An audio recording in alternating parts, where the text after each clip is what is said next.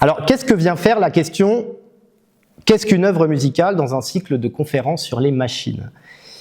Alors, pour montrer qu'il s'agit d'une question importante, je vous propose de partir d'un texte.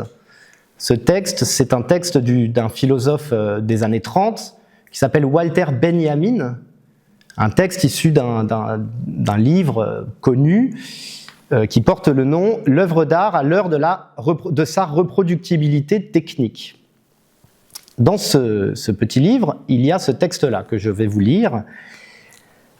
Benjamin dit « À la plus parfaite reproduction, il manquera toujours une chose.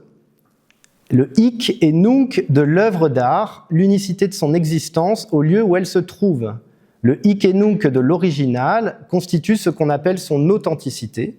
Or, celle-ci, à son tour, fonde la représentation d'une tradition qui a transmis cet objet comme un même objet, un objet identique jusqu'au jour d'aujourd'hui. Et tout ce qui relève de l'authenticité échappe à la reproduction et bien entendu pas seulement à la reproduction technique. » Alors ça, c'est un texte classique. Voici Benjamin. Et dans ce texte classique, Benjamin cible la photographie et le cinéma. Il critique l'art de la photographie et du cinéma. Parce que selon lui, quand par exemple, on filme une cathédrale ou qu'on prend en photo une cathédrale, le fait de la filmer déprécie le hic et nunc, c'est-à-dire l'ici, le fait que la cathédrale est là devant nous, ici et maintenant, déprécie le hic et nunc de la cathédrale originale. Et le hic et nunc, pour Benjamin, c'est à la fois le fait que cette cathédrale, je suis face à Notre-Dame, c'est une cathédrale unique, singulière, irremplaçable. Il n'y a pas deux Notre-Dame de Paris. Et en même temps, donc, son caractère singulier et sa valeur de témoignage, au sens où Notre-Dame témoigne d'une certaine époque. C'est la raison pour laquelle, lorsque la flèche brûle, les gens pleurent, c'est difficile, c'est une époque qui s'en va, qui s'en est allée dans les flammes. Alors, selon Benjamin, une œuvre d'art originale, ça c'est pas dans ce texte, c'est quelques pages plus loin, mais une œuvre d'art originale possède ce qu'il appelle une aura. Une aura, c'est-à-dire que, voilà, elle est vraiment singulière et unique. Et c'est ça, elle est même, il dit, l'unique apparition d'un lointain. Or, quand on prend une photo, une reproduction photographique, enlève à l'œuvre toute son authenticité et fait qu'on n'a pas face à nous quelque chose d'original. Alors il critique le fait de prendre en photo des œuvres, comme des cathédrales, mais il critique également la photographie elle-même et le cinéma lui-même comme art. Parce que selon lui, ce sont des arts de la reproduction et donc ce ne sont pas des arts authentiques. Donc la photographie et le cinéma font perdre aux choses leur aura en les rendant démultipliables, copiables, reproductibles à l'infini, etc. Alors je parle de ça parce qu'il me semble que ce que dit Benjamin correspond en fait à une opinion assez courante qu'on se fait à propos de la musique, qui existe, une opinion courante qui existe à propos de la musique. Selon cette opinion, la musique, c'est un art vivant, voilà, un art du direct. Ça veut dire quoi? Ça veut dire que la musique l'essence de la musique, la vraie musique, ce serait d'abord ce qu'on appelle la performance musicale, c'est-à-dire en gros une situation de concert lorsque vous allez voir des musiciens qui se produisent devant vous, donc face à un public, à un moment donné, dans un lieu particulier. Et il n'y aurait de musique véritable que dans une situation de concert, qui est un instant toujours unique, éphémère, voilà, qui ne se répète jamais deux fois à l'identique. Alors, on a tout un tas d'exemples pour illustrer ça. Si vous étiez, ou si vous connaissez des gens, ou voilà, si on était au festival de Woodstock à la fin des années 60, ou si on était au concert de Keith Jarrett à Köln, peut-être vous connaissez, c'est un concert de jazz mythique à Cologne, ou si on était en 1973 à ce concert de Elvis Presley à Hawaï, qui a été retransmis à la télé, j'en reparlerai, c'est beaucoup plus fort que de regarder le documentaire sur Woodstock, écouter le disque du live de Keith Jarrett, ou regarder le documentaire ou la retransmission du concert d'Elvis. Voilà, si vous étiez à Woodstock, je dis si vous, enfin une personne hypothétique étant à Woodstock aurait voilà, assisté au bain de boue, par exemple, aurait vu des gens soulever des brebis dans le public, et tout un tas de choses étranges qui se sont passées dans ce festival. Alors, voilà la position. La musique, c'est d'abord une performance vivante. Évidemment, cette position pose un énorme problème, c'est que notre rapport à la musique se fait principalement, en fait, à travers des enregistrements. C'est-à-dire que la plupart du temps, quand on écoute de la musique, on écoute des enregistrements aujourd'hui. Rares sont les gens qui n'écoutent de la musique qu'en concert ou principalement en concert. Et d'ailleurs, la principale source de découverte d'artistes pour les jeunes de 15 à 25 ans, il y a des chiffres là, d'organismes statistiques, ce sont les plateformes de streaming, donc des enregistrements. On découvre de la musique à travers des enregistrements.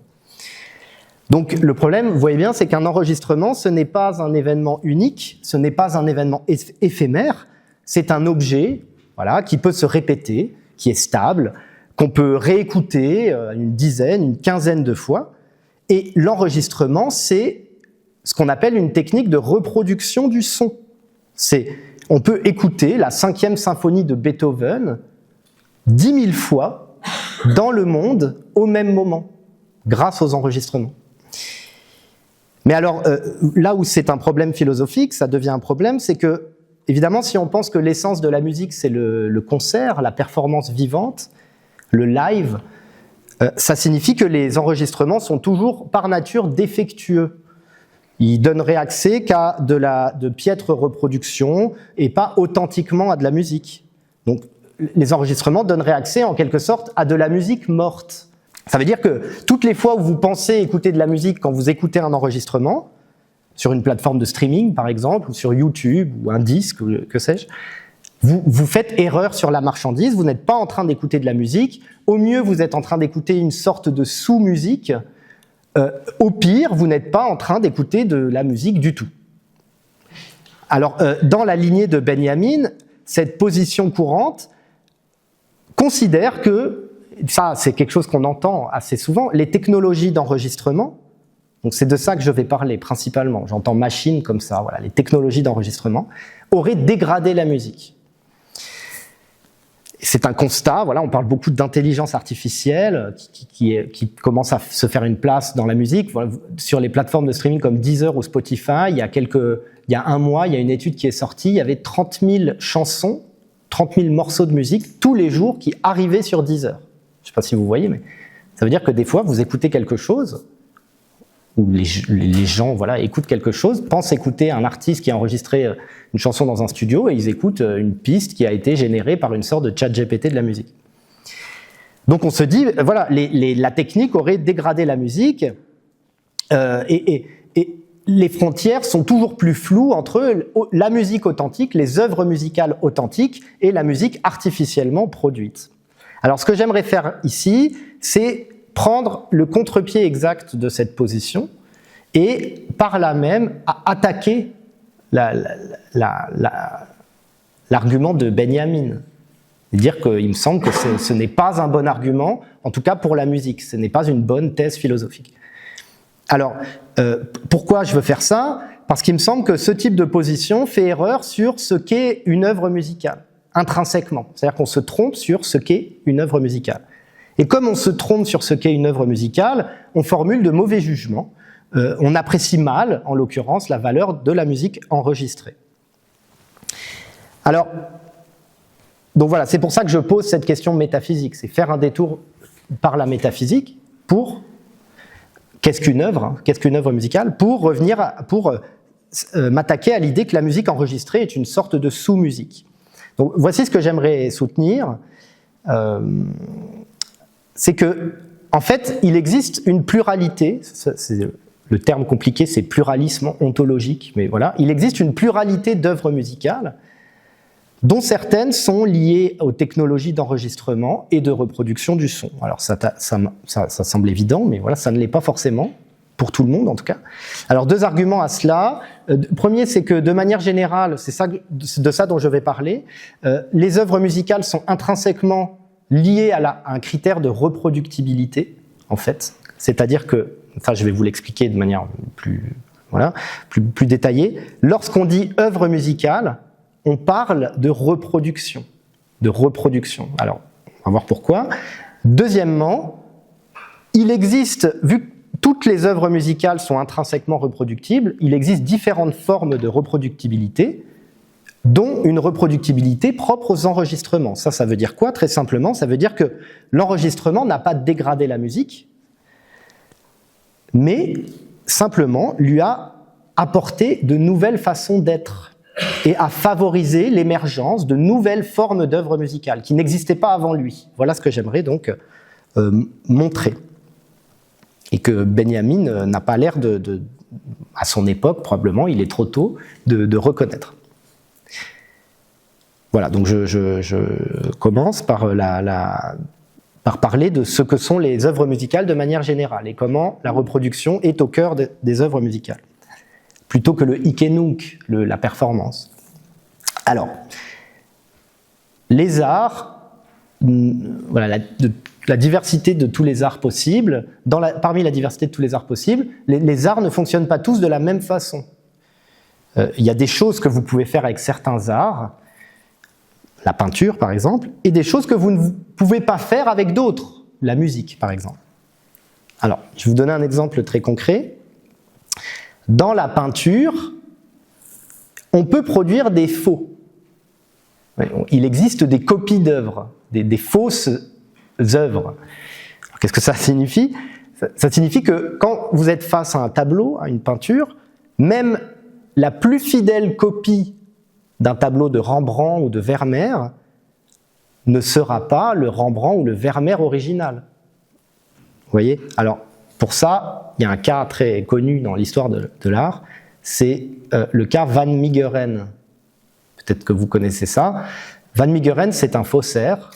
Donc c'est quelqu'un qui, dans les années 30, a fait croire, donc, vous voyez, d'un côté vous avez une œuvre de Vermeer, de l'autre côté vous avez une œuvre de Van Meegeren, et Van Meegeren a vendu ses œuvres comme étant des Vermeer, authentiques. Donc il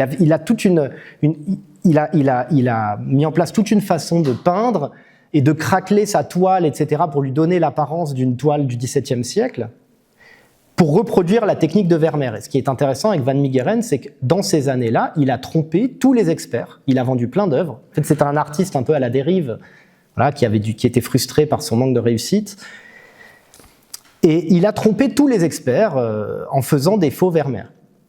Alors c'est assez bluffant, je trouve, comme chose. Et il a dû avouer sa fraude pour qu'on considère que c'était un faussaire. Vous voyez, les gens ne se sont pas, même les experts ne se sont pas rendus compte par eux-mêmes qu'il était en train de faire des faux.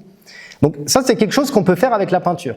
Avec la peinture, il y a des faux, il y a des reproductions, et la reproduction, elle n'est jamais authentique. Van Meegeren, il n'a pas peint des vrais Vermeer, il a peint des faux Vermeer, ou des choses qui ressemblent à des vrais Vermeer, mais qui restent des faux. Alors la musique, ça ne fonctionne pas de cette façon. On ne peut pas, dans la musique, produire de faux.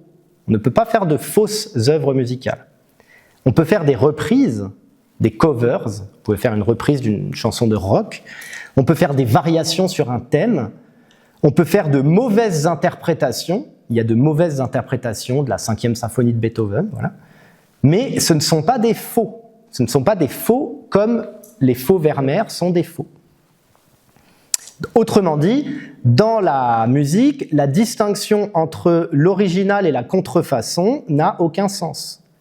En principe, les œuvres musicales peuvent être répliquées à l'infini, c'est-à-dire qu'elles sont multiplement exécutables. Il y a un terme compliqué pour dire ça, c'est bien d'avoir des termes compliqués parfois, mais c'est multiplement instanciable.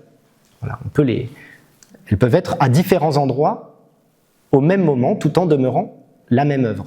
Voilà, ici vous avez les sonates de Beethoven rassemblées dans cette édition. Vous avez les sonates de Beethoven rassemblées également dans cette édition. Elles ont été enregistrées sur ce disque par Maurizio Pollini. Et puis elles ont été exécutées par Maurizio Pollini en direct lors de divers événements. Et peut-être qu'au moment où Maurizio Pollini exécutait une sonate de Beethoven, une même personne dans un autre endroit du monde écoutait cette même sonate de Beethoven exécutée par un autre interprète. Et ça ne pose pas de problème. Alors avec la musique enregistrée, vous avez un peu la même chose, vous avez des cassettes ou des disques ou des MP3 qui peuvent être gravés, copiés à l'infini. Si la qualité du son est acceptable, eh bien vous aurez toujours des œuvres authentiques. Voilà, la chanson de Led Zeppelin, la chanson de Pink Floyd, ce que vous voulez, sera toujours la même, d'une cassette ou d'un disque à un autre. Alors, pour ça, j'introduis juste une petite distinction conceptuelle qui reprend un peu ce que je viens de dire, d'un philosophe contemporain qui a beaucoup écrit dans les années 60, c'est Nelson Goodman, il était enseignant à Harvard dans les années 60. Voilà, il est venu en France plusieurs fois, dans l'est de la France, il avait la réputation d'être très méchant. Il est également galeriste, c'est lui qui donne toute une théorie liée à l'exemple des faussaires, c'est très intéressant. Et donc il fait la distinction entre deux types d'art.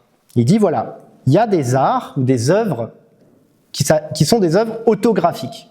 Alors les œuvres autographiques, ce sont des œuvres, on les reconnaît lorsque la distinction entre l'original et la contrefaçon a un sens. C'est ce que je viens de vous dire.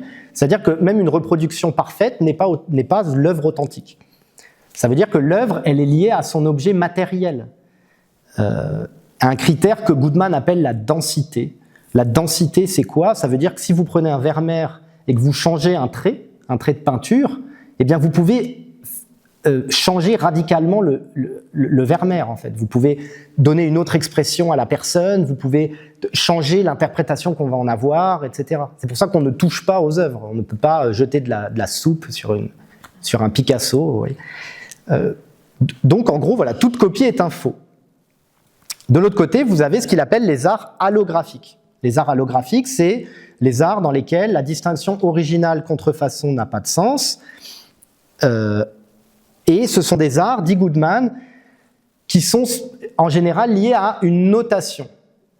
La littérature, la poésie et la musique. Parce que la notation, vous pouvez avoir un livre, un même roman, édité dans des polices d'écriture différentes, et pourtant ça sera le même livre. Le contenu restera le même, sauf dans certaines œuvres très contemporaines où la police peut changer. Voilà, bon. Mais la notation permet d'imprimer des tonnes de livres, de conserver une même œuvre. C'est pareil avec la musique. Donc là, il a un autre critère. Donc, les œuvres orthographiques, c'était un critère de densité. Là, c'est un autre critère qu'il appelle identité orthographique. Alors, c'est un mot un peu compliqué. En gros, l'idée, c'est de dire, ben voilà, tant que vous avez la même succession de mots ou de notes, c'est la même œuvre, c'est conservé. Alors, évidemment, l'art allographique par excellence, c'est la musique. Voilà, la musique, pourquoi? Parce que la musique est un art qu'on peut dire à deux phases. C'est-à-dire que le compositeur écrit son œuvre, note son travail, et puis ensuite, c'est fini, en fait. Son travail est fini, et le reste du travail est à effectuer par un interprète qui va exécuter l'œuvre du compositeur. Donc il y a plusieurs interprétations possibles de la même œuvre. Ça pose tout un tas de problèmes philosophiques très intéressants. Qu'est-ce qu'une interprétation authentique de la même œuvre? Est-ce que la musique ancienne doit être interprétée avec des instruments d'époque, etc. Mais je vous passe parce que ça n'a rien à voir avec notre sujet. Alors l'avantage de la distinction de Goodman, c'est d'apporter un peu de clarté à tout ça. Il me semble que c'était important de commencer par là. C'est que l'art n'est pas quelque chose d'uniforme. Il existe des formes artistiques différentes qui ont toutes des fonctionnements différents. Et il y a des arts, c'est là que ça devient important, qui sont intrinsèquement fondés sur la reproducticbilité. Il y a des arts où la reproductibilité, c'est mal. La peinture, par exemple. Sauf quand vous fondez votre procédé d'écriture sur la reproduction. Alors là, ça devient plus compliqué. La gravure, mais je ne vais pas en parler. Et il y a des arts qui sont vraiment intrinsèquement reproductibles, notamment la musique. Alors, ça permet de dire la chose suivante. Voilà, la musique, c'est un art biface, c'est un art à deux faces. Si vous voulez, dans toute la forêt de ce qu'on appelle les choses musicales, il y a deux types d'objets, deux types de choses. D'un côté, des œuvres musicales, la 5e de Beethoven, Ça, ce sont des objets. Ce sont des objets stables, vous voyez, qui peuvent exister à plusieurs endroits au même moment. Ils sont répétables et ils sont faits pour durer dans le temps. Ils perdurent dans le temps. Leur identité perdure dans le temps. Et dans la musique, il y a également un autre type de choses qu'on appelle des performances, des concerts. Et là, ce ne sont pas vraiment des objets, ce sont la catégorie qu'on appelle des événements. Donc un événement, c'est éphémère, c'est localisé dans le temps et dans l'espace, ça s'arrête, ça n'a pas vocation à durer, c'est éphémère un événement. C'est pas répétable. Donc voilà, tout simplement, pour répondre à Benjamin, c'est un cadre encore une fois important pour ce que je dois dire ensuite. La musique, parce que la musique n'est pas seulement un art du temps présent, c'est un art du temps présent, mais également, et en fait, mais surtout, un art de la reproduction. Les objets musicaux sont, par nature, des objets répétables. Voilà, donc ça c'était la première chose. Maintenant, évidemment, il y a un problème avec tout ce dont je viens de parler, c'est que je parle de musique et je fais comme si la musique, et c'est ce que fait un peu Goodman, comme si la musique, vraiment, c'était seulement la musique classique. C'est-à-dire le modèle, il y a des œuvres et il y a des interprétations d'œuvres, mais personne n'a parlé encore de musique enregistrée. Alors qu'en est-il de la musique enregistrée? Alors, on va revenir à la citation de Benjamin, 2 secondes.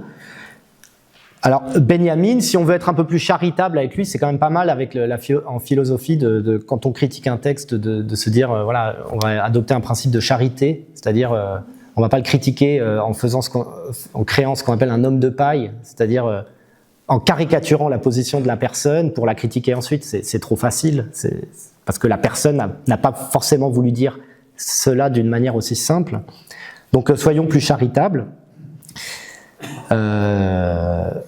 Quand Benjamin dit voilà, la reproductibilité fait perdre aux œuvres d'art leur aura, il ne parle pas des œuvres musicales, il parle de la photo et du cinéma. Et il a en tête quelque chose précisément, il a probablement en tête quelque chose d'autre, parce qu'on est dans les années 30. Ce qu'il a en tête également, c'est l'enregistrement du son. Parce que dans les années 30, le média de masse le plus important, c'est la radio. La radio. C'est le média le plus important à son époque. Donc évidemment, il pense à la photographie, il pense au cinéma, il ne peut pas ne pas penser à la musique enregistrée à la radio. Alors la radio, c'est un média très important. Vous connaissez peut-être cette affaire-là. C'est Orson Welles, le réalisateur de Citizen Kane, a fait croire dans une émission que vous pouvez retrouver très facilement, qui s'appelle La Guerre des Mondes, a fait croire à toute une partie de la population américaine qui a écouté cette émission que des Martiens étaient en train de débarquer sur la Terre et d'attaquer les États-Unis. Donc il y a eu tout un tas d'événements incroyables qui se sont passés à partir de ça. Il y a eu des embouteillages monstres, des personnes qui ont fui massivement de chez eux, etc. Donc ça a marché. Et voilà, pour dire que la radio, c'était un média extrêmement fonctionnel, ça l'est toujours, mais voilà, c'était le média de masse le plus important dans les années 30. Alors, pourquoi c'est intéressant de parler de ça? Parce que la radio, avec le développement de la radio, il y a une nouvelle distinction qui est apparue, qui n'existait pas avant. La distinction entre les émissions de radio diffusées en direct, qu'on appelle live broadcast, émissions diffusées en direct, et les émissions préenregistrées et diffusées ensuite. À peu près au même moment de l'essor de la radio, les technologies d'enregistrement du son se sont développées, donc de la musique, se sont développées à des fins de commercialisation. Le début de l'industrie musicale, vraiment fortement, c'est les années 20, mais surtout vraiment les années 30. Et encore plus, un palier est franchi après la guerre, quoi. J'en reparlerai. Donc, les premiers enregistrements de jazz, c'est vers 1915. Le blues, qui est une musique qui fonctionne très bien, une musique populaire qui fonctionne très bien aux États-Unis, c'est dans les années 20. Donc vous avez vraiment l'essor et la création d'une industrie musicale à cette période-là. Alors, à la radio, vous avez le même type de choses qui va se passer, c'est que la radio va parfois faire passer des musiciens qui jouent en direct. Donc ils font venir des musiciens, notamment dans le blues en fait, fin des années 20, surtout dans les années 30, il y avait des émissions qui faisaient venir des musiciens qui jouaient en direct en ondes, et parfois on diffusait des disques. Vous voyez, il y a une distinction entre musique live qui commence à apparaître et musique enregistrée. Pourquoi c'est nouveau ? Parce que avant la radio et avant l'enregistrement, cette distinction n'existait pas. Il n'y avait aucun lieu de distinguer la musique live de la musique enregistrée ou de la musique non live. Toute la musique était forcément live, c'est-à-dire pour voir de la musique, pour écouter de la musique, il fallait aller à un concert, il fallait aller voir des musiciens en chair et en os. Et donc la musique était toujours en direct. Ce n'était même pas une question. Et tout d'un coup, là, on a des technologies qui permettent d'entendre de la musique sans que cette musique soit produite au moment même où elle est écoutée. Donc c'est un changement qui va engendrer des bouleversements majeurs. Voilà, donc j'aimerais parler de ce phénomène qui est tout à fait singulier en fait dans l'histoire et dans l'histoire musicale, et dont les auteurs dont j'ai parlé tout à l'heure, notamment Nelson Goodman, que j'adore par ailleurs, mais ça n'a rien à voir, ne disent rien, ils n'en parlent pas. Aussi un peu par snobisme dans le cas de Goodman, mais bon. Alors, il me semble que les technologies d'enregistrement introduisent un changement tout à fait profond dans la nature de la musique et dans ce que nous appelons les œuvres musicales. Je rappelle que la question à laquelle j'ai envie de répondre, c'est qu'est-ce que c'est qu'une œuvre musicale ? Et est-ce que le fait de reproduire techniquement une œuvre musicale, ça lui enlève de l'aura, ou de la singularité, ou que sais-je ? Alors, il est important de faire une distinction quand on parle des enregistrements musicaux. La distinction, c'est qu'il existe deux sortes d'enregistrements musicaux. Le premier type d'enregistrement existant, ce sont ce qu'on appelle des enregistrements, ou ce qu'on peut appeler des enregistrements documents. Donc là, je vous ai mis un exemple de la Fania All Stars, donc c'est le collectif qui a structuré ce qu'ils ont appelé eux-mêmes, pour tout un tas de raisons commerciales, la salsa aux États-Unis, qui est née donc à New York par des communautés latines, américaines, portoricaines de New York, installées aux États-Unis, soit depuis la génération précédente, soit arrivant aux États-Unis. Et donc, les premiers disques de la Fania, c'est des gens très importants, Celia Cruz par exemple, voilà, des chanteuses très importants. Les premiers disques de la Fania, ce sont des albums live. C'est lié à tout un truc lié au fait que la Fania, c'était un groupe absolument extraordinaire, composé que de stars. D'ailleurs, ça s'appelait Fania All Stars, c'était aussi un label de musique, mais je ne vais pas m'étendre là-dessus. Et quand ils jouaient en concert, c'était comme à voir, voilà, le festival de Woodstock, par exemple, fin des années 60, est connu parce que vous avez toutes les plus grosses stars de la musique de l'époque qui sont rassemblées dans un même festival, ce qui est assez improbable en fait. Donc, un enregistrement document, par exemple, un live, voilà, un concert de la Fania All Stars, ça c'est un des concerts très importants de ce groupe. C'est à Cheetah, c'est un club du Bronx, qui existait dans le Bronx aux États-Unis, à New York. Un enregistrement document, c'est un témoignage. Ça fonctionne comme un témoignage fidèle d'un moment de l'histoire. Voilà, il y a eu ce moment incroyable de live, de concert en 1972 dans ce club. Et le but de cet enregistrement, c'est de vous faire revivre ce moment extraordinaire où il s'est passé tout un tas de choses extraordinaires et de vous le faire revivre comme si vous y étiez, en fait. Donc, ce genre d'enregistrement, c'est un enregistrement au sens vraiment littéral de enregistrer, quasiment de manière passive. C'est jamais passif complètement un enregistrement parce que vous devez placer des micros et selon la façon dont vous placez les microphones, certaines choses vont ressortir plus que d'autres. Vous voyez, si vous placez un microphone, par exemple si vous voulez sonoriser une batterie et que vous placez un microphone sur la grosse caisse ou que vous ne placez pas de microphone sur la grosse caisse mais vous mettez que des microphones en l'air qui viennent, voilà, vous entendrez beaucoup moins la grosse caisse, vous aurez moins de définition précise sur la grosse caisse. Donc, juste la façon de placer les micros est très importante, mais tout de même, l'enregistrement dans ce sens-là est quand même relativement passif, au sens où il a vocation à capturer un moment. Capturer un moment sur une bande, et vous réécoutez un moment hic et nunc, quoi, un moment ici et maintenant, mais vous le réécoutez un peu après coup. Ça, c'est une première sorte d'enregistrement. Il y a une autre sorte d'enregistrement, qui est en fait beaucoup plus importante dans l'histoire de l'enregistrement musical. C'est ce qu'on peut appeler des enregistrements constructifs. Alors, là, c'est le disque des Beatles, qui s'appelle Abbey Road, du nom du studio dans lequel ils ont enregistré ce disque et tout un tas d'autres, à Londres, 1969. Dans ce type d'enregistrement, et je vais l'illustrer avec des exemples concrets, dans ce type d'enregistrement, la performance musicale, donc le moment où les artistes jouent ensemble, etc., ne préexiste pas à l'enregistrement. Parce qu'un enregistrement, dans ce cadre-là, c'est un collage de tout un tas de sources sonores qu'on a prises à des moments différents et qu'on a collées les unes sur les autres, et ça a fait des chansons, et ça a fait un disque. Alors ça, voilà, on ne le sait pas forcément, mais quand les Beatles enregistrent une chanson, il n'y a pas d'abord un morceau qui va être capturé par un enregistrement. Ils arrivent avec une structure minimale, peut-être parfois un refrain, etc. Et puis le morceau se construit dans le studio, on enregistre des bouts, on colle des guitares les unes par-dessus les autres, et je vais essayer d'illustrer un peu comment tout cela fonctionne. Parce que là, évidemment, l'enregistrement, il crée quelque chose de nouveau. Il ne capte pas juste de la musique, il crée un objet nouveau. Il est lui-même une œuvre musicale.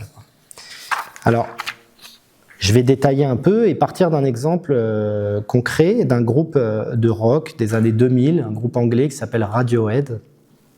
Je vais vous faire entendre, je vais essayer de faire ça assez rapidement, une chanson, est-ce qu'on entend bien, d'une version studio des années 2000 qui s'appelle Like Spinning Plates.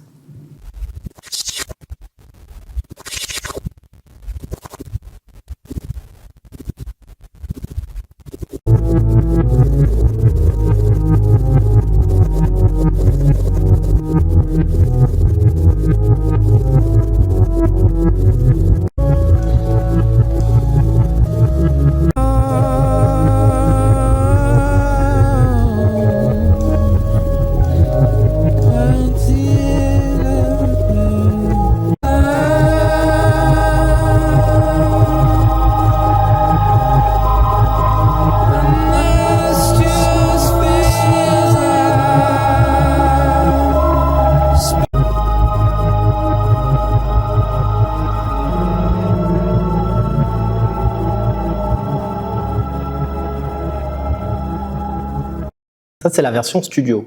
C'est la chanson que tout le monde connaît. Ensuite, il y a un album live qui est sorti la même année. Et voici la version live de la même chanson.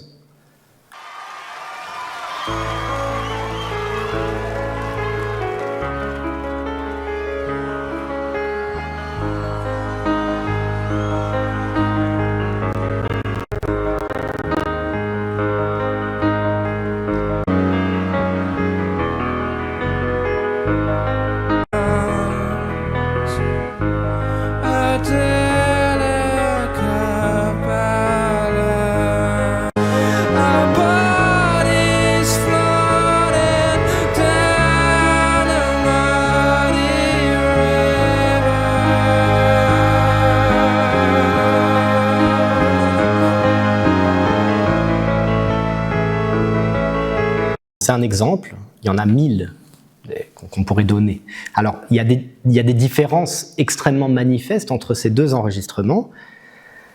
Je vous en donne deux. Voilà. Première différence importante, c'est que il y a des instruments qu'il n'y a pas dans la version studio. Il n'y a pas, donc dans la version studio, ce qui est utilisé... excusez-moi, j'ai mis les choses dans le mauvais ordre. Voilà, bon, on va faire ça comme ça. Dans la version studio, ce qui est utilisé, ce sont ces instruments-là, donc Novation Bass Station, c'est un synthétiseur analogique. Donc en gros, c'est un instrument qui produit du son grâce à des signaux électriques. Des signaux électriques produisent du son et permettent, avec des potentiomètres, donc des variateurs de fréquence, de produire des variations dans le son. Un des instruments très connus comme ça, c'est le Moog dans les années 70, qui est réédité. Voilà. Donc ça, c'est les instruments qui sont utilisés dans la version studio, alors que dans la version live, vous avez un piano. C'est le piano qui fait l'harmonie, piano acoustique classique. Deuxième chose, vous avez dans la version studio des instruments bizarres qui sont ajoutés. Je vous en donne un, c'est un instrument qu'on appelle corrugaphone. C'est pas vraiment un instrument, en fait, c'est un long tube de plastique qu'on tourne, un peu flexible, et ça fait un bruit un peu typique des bruits de science-fiction. Alors vous l'entendez pas partout, je sais pas si je vais réussir à le... Vous entendez derrière un ouh, un espèce de soufflement comme ça, de sifflement. C'est un corrugaphone, bon. Et on a pris le son d'un corrugaphone et puis on a modifié sa fréquence pour que ça colle à la tonalité du morceau. Troisième chose, et c'est ça qui est peut-être la plus intéressante, c'est que la façon dont ce morceau a été créé, c'est que Radiohead et ce chanteur-là, Thom Yorke, avaient écrit une autre chanson, en fait, qui devait être publiée dans un album, mais il s'avère qu'ils ne l'ont pas aimé, finalement ils l'ont pas sorti. Ils l'ont sorti que 2 ans après. Ça, c'était la chanson originale. Ça s'appelle I Will. Alors, excusez-moi, je fais court. Qu'est-ce qui s'est passé? Donc, il aimait pas. Puis un jour, je ne sais pas par quelle grâce il a voulu faire ça, mais ils étaient en studio et il a décidé de passer cette chanson à l'envers, grâce à une fonction de studio qu'on appelle reverse. Vous pouvez le faire avec n'importe quel ordinateur aujourd'hui. Donc, plutôt que d'aller de A à Z, on va de Z à A. Donc tout est inversé. L'harmonie est inversée, les mots sont inversés parce qu'ils sont dits de la dernière lettre ou de la dernière syllabe à la première et non de la première à la dernière. Et en écoutant ça, il s'est dit « Ah bah c'est super, en fait c'est ça, j'aime beaucoup mieux comme ça ». Et ils ont créé le morceau comme ça. Donc en passant une bande à l'envers, en fait. Donc là, j'ai juste illustré la chanson Like Spinning Plates, la première chanson que je vous ai fait écouter, est construite en miroir harmonique de la chanson I Will. Donc vous avez l'harmonie qui est inversée, vous voyez, plutôt que d'avoir une suite d'accords, vous avez la même suite d'accords dans l'autre sens, et du coup ça donne une autre suite d'accords, qui peut être plus ou moins intéressante, plus ou moins bizarre à l'oreille, etc. Et donc, c'est une fonction technologique qui a permis de se rendre compte de ça et de créer ce morceau. Alors qu'est-ce que ça signifie? Ça signifie 2 choses, il me semble. La première, c'est que dans ce type de musique-là, la machine, alors quand je dis machine, c'est encore une fois, voilà, c'est un sens très large, c'est les studios d'enregistrement, les technologies d'enregistrement et de reproduction du son, voilà, ce que permet de faire un studio d'enregistrement. Le studio d'enregistrement devient un instrument de composition à part entière. C'est-à-dire que la chanson, l'œuvre musicale, n'aurait pas pu exister sans technologie. Et elle n'est pas reproductible en concert, telle qu'elle. Donc c'est une tradition musicale ou une façon de créer où on n'a pas peur de trafiquer le son, de faire des choses complètement artificielles, au sens où je ne peux pas les reproduire en live. Alors ça, c'est la deuxième chose que ça signifie, c'est que vous avez une inversion ici de l'ordre entre musique live, performance musicale, et musique enregistrée. Au sens où la musique, elle est d'abord créée dans un studio. Vous voyez, c'est contre-intuitif. Parce qu'on se dit, quand quelqu'un enregistre, il crée sa chanson chez lui, dans son garage, avec son groupe, et ensuite il va en studio, et le studio, il acte ce qu'il vient de faire, donc il capture vraiment. Mais ici, c'est l'inverse. C'est d'abord on crée en studio et ensuite on essaye de faire une autre version un peu adaptée pour le concert, pour le live. Et ce qui est intéressant, c'est que la chanson, elle se fabrique en studio et elle est adaptée, mais seulement partiellement en live. Et le live est plutôt vu comme quelque chose de contraignant. Vous voyez ? C'est-à-dire qu'il y a l'idée que l'enregistrement permet de faire beaucoup plus que ce que le concert permet de faire. Et ça, c'est une grande nouveauté dans l'histoire de la musique. Donc j'aimerais donner quelques éléments maintenant d'histoire pour retracer en fait l'histoire de cette nouveauté musicale absolument gigantesque en fait. Alors, comment s'est affirmé le rôle créatif, artistique du processus d'enregistrement? Ça a commencé vraiment après la guerre, donc après la Seconde Guerre mondiale. Il y a quelques jalons importants. Alors ça, c'est Les Paul. Peut-être vous connaissez Les Paul parce qu'il y a des guitares, un modèle de guitare Les Paul chez Gibson. Les Paul, c'était un inventeur voilà, musicien, guitariste et inventeur des premières guitares amplifiées qui vraiment... parce que les guitares amplifiées de son époque, dans les années 30, ne le satisfaisaient pas du tout, 30-40, et donc il a mis au point un système de microphone très élaboré qui permettait d'avoir un rendu sonore très fin et intéressant.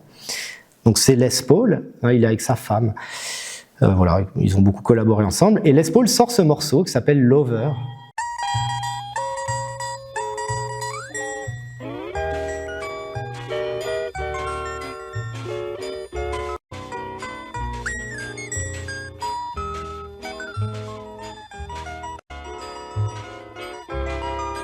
Alors, voilà, il sort ce morceau. Et pourquoi c'est un morceau qui est très connu dans l'histoire de la musique enregistrée? Parce que c'est le premier morceau qui est créé grâce à une technique qu'on appelle le re-recording, le ré-enregistrement, re-recording, qu'on va appeler plus tard l'enregistrement multipiste. L'enregistrement multipiste. Alors, le re-recording, ça veut dire quoi? Ça veut dire que Les Paul, il a fait ce morceau tout seul, en fait. Alors, vous entendez plusieurs pistes de guitare, je l'illustrerai avec d'autres exemples où le son est de meilleure qualité. Il a enregistré plusieurs pistes sonores les unes après les autres et il les a collées. Évidemment, aujourd'hui, on peut faire ça avec un ordinateur en 3 secondes, mais à l'époque, c'était super ingénieux. Il fallait réussir avec un enregistreur monobande à couper les bandes, à les coller les unes sur les autres pour obtenir ce rendu-là. Donc il construit une sorte de gâteau avec plusieurs couches comme ça, et c'est ça son morceau. Et voilà, par exemple, il va enregistrer la basse sur sa guitare en utilisant un variateur de fréquence, parce que avec une fréquence différente ou un tempo différent, le son va devenir plus grave. Et donc avec sa guitare, il va faire une basse, puis ensuite faire une guitare rythmique, puis ensuite faire une guitare mélodique, etc. Donc il fait toutes les parties tout seul. Ça, c'est vraiment la révolution, c'est le début de la grande révolution musicale qui est le multipiste. Ça, c'est le nerf de la guerre, le multipiste, de la musique populaire d'après-guerre. Ça se développe de manière assez progressive. D'abord, vous avez dans des enregistreurs 2 pistes, puis 4, puis 8, puis 16, etc. Et c'est une révolution dans la manière de composer des musiques populaires. Donc voilà, premier enregistreur à bande, je crois que c'est un 16 pistes. Puis ensuite, vous avez un 16 pistes numérique, qui n'est plus à bande. Donc voilà. Et vous avez un studio moderne à pistes infinies, 64, 128. Où vous pouvez avoir un nombre énorme de pistes différentes. Alors, pour montrer ce que ça signifie ça, je vais parler des Beatles, parce que les Beatles sont le groupe qui a mis ça en œuvre, qui a utilisé cette technique d'enregistrement. C'est pour ça que les Beatles sont connus, en fait. Les Beatles ont fait beaucoup de concerts au début de leur carrière et à un moment se sont arrêtés parce que c'était compliqué, ils étaient super fatigués, c'était des stars gigantesques et ils en avaient marre en fait de faire des concerts parce qu'ils se sentaient contraints par les situations de concert dans lesquelles ils devaient jouer toujours avec les mêmes guitares, toujours les mêmes batteries, toujours les mêmes sonorités qui étaient contraintes donc par les instruments sur lesquels ils jouaient. J'illustre rapidement ce que je veux dire par 3 photos. Là, vous avez une première photo, c'est George Martin, l'ingénieur son des Beatles, qui est considéré comme étant le 5e Beatles. Voilà. Donc, c'est l'ingénieur son des Beatles au début des années 60. Alors, au début des années 60, les studios d'enregistrement en Angleterre étaient très normés. Pour travailler dans un studio d'enregistrement, il fallait porter la cravate, le costume. Il y avait des règles très précises de type de micro. C'était vraiment un milieu extrêmement rigide et normé. Et quand vous étiez un groupe de musique, vous arriviez avec votre morceau, vous présentiez en studio d'enregistrement, vous jouiez votre morceau, et les techniciens et les ingénieurs son étaient situés dans une cabine séparée de vous. Voilà, ils vous disaient c'est bon, ciao, tu peux partir. Vous alliez au bar en face, vous attendiez 2-3 heures, vous reveniez, vous avez votre disque pressé, c'était fini. Ça, c'est le début des années 60. Milieu des années 60, vous voyez, voilà, Paul McCartney qui est là, dans la cabine, en train de discuter. Alors, on ne voit pas beaucoup discuter, mais on peut s'imaginer que c'est ça qu'ils font. Discuter de choix, de mixage, avec les ingénieurs son. Et 3e photo, fin des années 60, vous voyez carrément Paul McCartney qui a les mains dans les potentiomètres et qui lui-même joue avec la console d'enregistrement. Ça illustre ce qui s'est passé avec l'enregistrement entre le début et la fin des années 60, la façon dont on l'a utilisé. Je vous passe 3 extraits de morceaux rapidement. Premier morceau, Love Me Do, 1962, enregistré sur un magnétophone 2 pistes.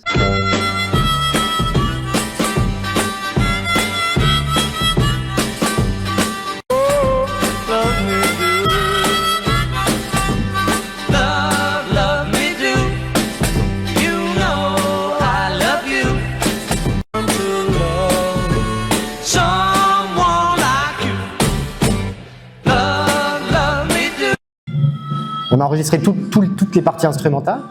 Ensuite, de l'autre côté, on a fait les parties vocales. Et on a mixé les deux. C'est utile de faire ça parce que ça permet d'avoir quand vous chantez dans votre micro, ça évite de chanter dans le micro et en même temps d'avoir un son de batterie qui va être repris par votre micro. Ça permet de définir beaucoup mieux les voix, de leur appliquer éventuellement quelques effets, etc. C'est fait en 2 pistes. Ensuite, vous avez une chanson... milieu plus avancé dans les années 1960, Lucy in the Sky with Diamonds, enregistré sur un 4 pistes.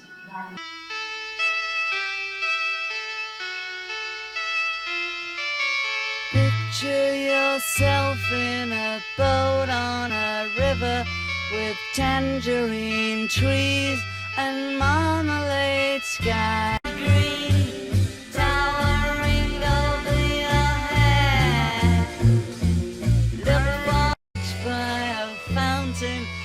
Rocking horse people eat marshmallow pies. Everyone... Là, il y a plus d'instruments que de nombre de musiciens. Il y a une batterie, une basse, 2 guitares, un orgue, un instrument indien qui s'appelle tambura et 2 voix lead. Donc déjà vous dites, je comprends pas, il y a 4 Beatles, il y a 4 musiciens et pourtant il y a 8 instruments différents. Déjà on sent, quand on écoute, qu'il y a des superpositions de couches de sons. Et il y a même des superpositions d'une partie à l'autre. Le morceau est découpé, on sent qu'il y a un moment, il y a un collage, et on est amené vers complètement autre chose. Dernier exemple, chanson I Want You, enregistrée sur un magnétophone, ça je le dis peut-être juste avant, 8 pistes. 8 pistes et 35 prises. Alors, 8 pistes, ça veut dire que dans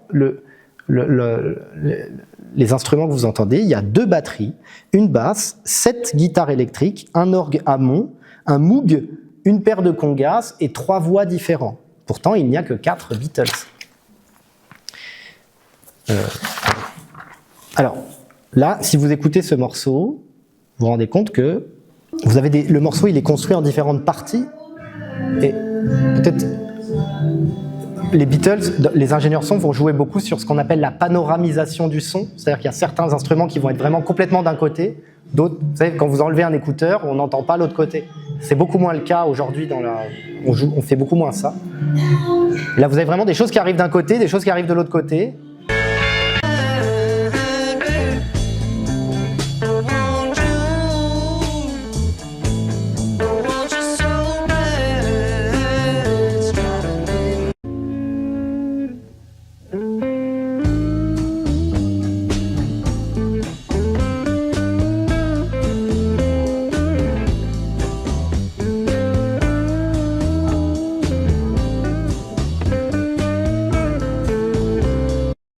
Les Beatles, c'est ça. En fait, il y a eu un nombre très important dans ce moment-là de l'histoire de la musique d'expérimentation dans les studios d'enregistrement. Aujourd'hui, tous ces effets-là dont je vais vous parler, vous les obtenez sur un simple ordinateur, une application de smartphone, etc. Mais à l'époque, il faut se dire qu'il fallait les inventer. Il n'y avait pas de fonction sur votre magnétophone qui permettait juste en appuyant de faire ce qu'ils ont pu faire. Alors je vais vous donner 2 exemples peut-être un peu plus concrets. La grande invention des années 60 au moment de l'enregistrement des Beatles, c'est ce qu'on appelle le doublage artificiel des voix, donc Artificial Double Tracking. Il y a un livre que je vous conseille qui est vraiment génial, c'est ce livre-là, En studio avec les Beatles, qui est d'un des ingénieurs son qui était sur l'album Revolver, qui explique comment ça s'est passé l'enregistrement de Revolver.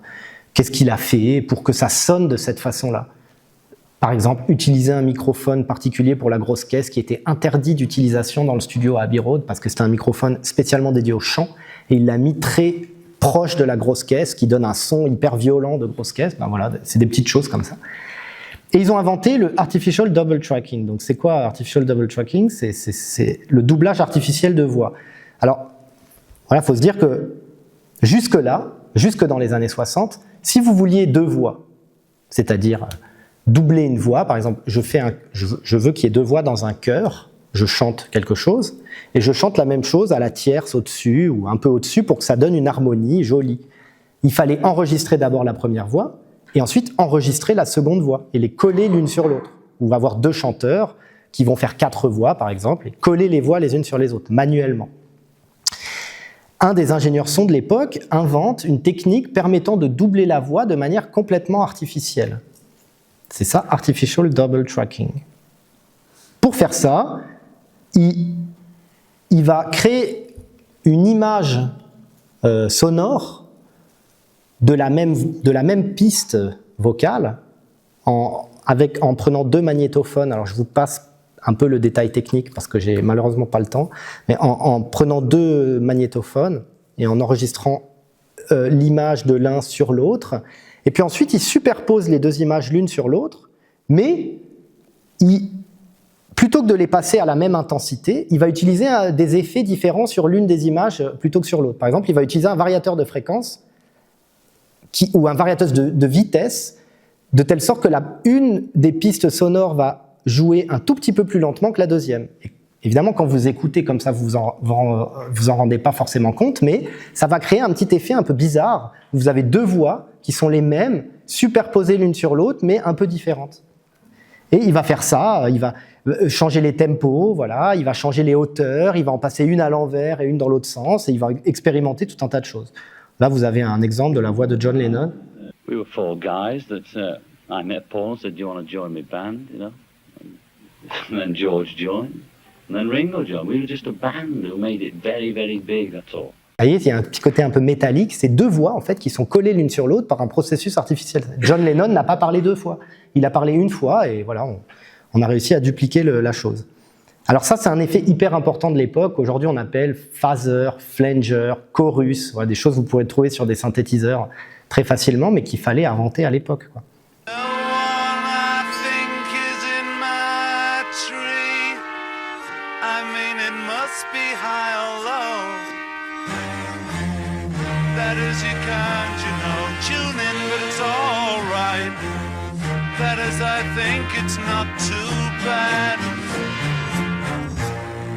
Ouais, vous entendez, ça c'est des coups de cymbales qui sont diffusés à l'envers. On a tapé sur une cymbale et on a diffusé en reverse. Donc plutôt que d'entendre le bruit de la baguette et la résonance de la cymbale, vous entendez la résonance de la cymbale et le bruit de la baguette. La voix de John Lennon, elle est complètement mise d'un côté et pas de l'autre, ce qui donne un côté un peu outre-tombe comme ça. Elle est doublée artificiellement. Il y a tout un tas d'effets qui sont appliqués comme ça. Bref, alors le studio d'enregistrement, à ce moment-là de l'histoire, devient un instrument à part entière. L'idée forte, c'est il n'y a plus besoin de rester au plus proche du son naturel.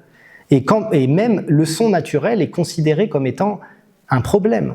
Et George Martin, il dit vraiment, je vous donne une citation, « Nous étions freinés dans notre évolution par le fait d'être constamment obligés d'aller jouer sur scène avec les mêmes vieilles guitares, la même batterie et la même basse. Nous n'avions d'autre choix que celui de nous cantonner aux instruments de base. » Donc à un moment, ils ont dit stop au concert, on s'enferme dans un studio d'enregistrement pendant 1 mois.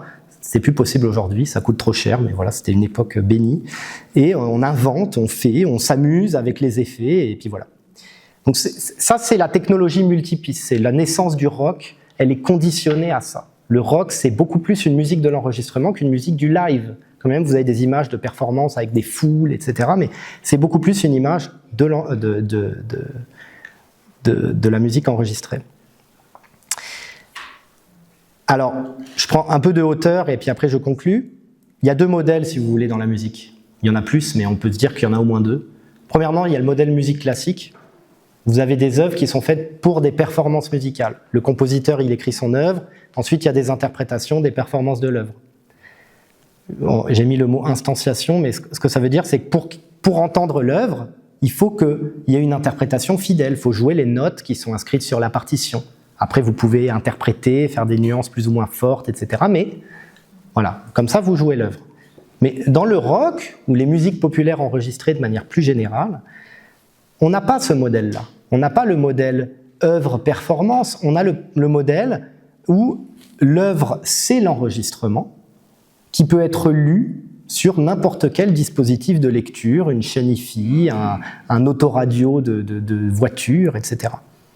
Donc, une instantiation correcte, c'est-à-dire l'œuvre, vous l'entendez quand vous mettez le disque, en fait, plus que quand vous allez écouter un concert. Ça, c'est quand même un renversement un peu étrange. Et l'œuvre résulte d'un collage, un peu comme un film au cinéma, voilà, un processus de montage. Alors, je conclue rapidement, parce qu'il est l'heure. Est-ce que les technologies ont dégradé les œuvres musicales ? Est-ce que la reproductibilité technique a artificialisé la musique, chose qu'on entend parfois, en fait, plus que ce qu'on pense ? Pour répondre à ça, j'ai posé une autre question. La question, c'est qu'est-ce qu'une œuvre musicale ? Et en répondant à cette question, je peux répondre à la question initiale, non. Les technologies d'enregistrement n'ont pas artificialisé la musique, elles lui ont juste simplement donné de nouvelles façons d'être. Au sens littéral, hein, elles ont créé de nouveaux types d'objets musicaux qui n'existaient pas avant, les enregistrements constructifs. Donc, c'est important de faire un détour par la métaphysique, parce que quand vous êtes face à une œuvre musicale, pour la juger, l'apprécier correctement, savoir si elle est bonne, mauvaise, il faut d'abord savoir ce que c'est, ce que vous avez en face de vous, quel type d'œuvre vous avez en face de vous. Vous ne pouvez pas juger une table, la qualité d'une table, en vous disant « Ah tiens, je me suis assis sur cette table, je me suis penché en arrière et je suis tombé. C'est une mauvaise table parce qu'il n'y a pas de dossier. » Vous voyez, vous ne pouvez pas juger d'une table en fonction des critères d'une chaise. Ça ne fonctionne pas. Pour juger la qualité d'une table, il faut la considérer en tant que table. C'est la même chose pour les œuvres musicales. Évidemment, il y a tout un tas de débats. J'ai remis une photo de Benjamin. Ça, c'est Glenn Gould.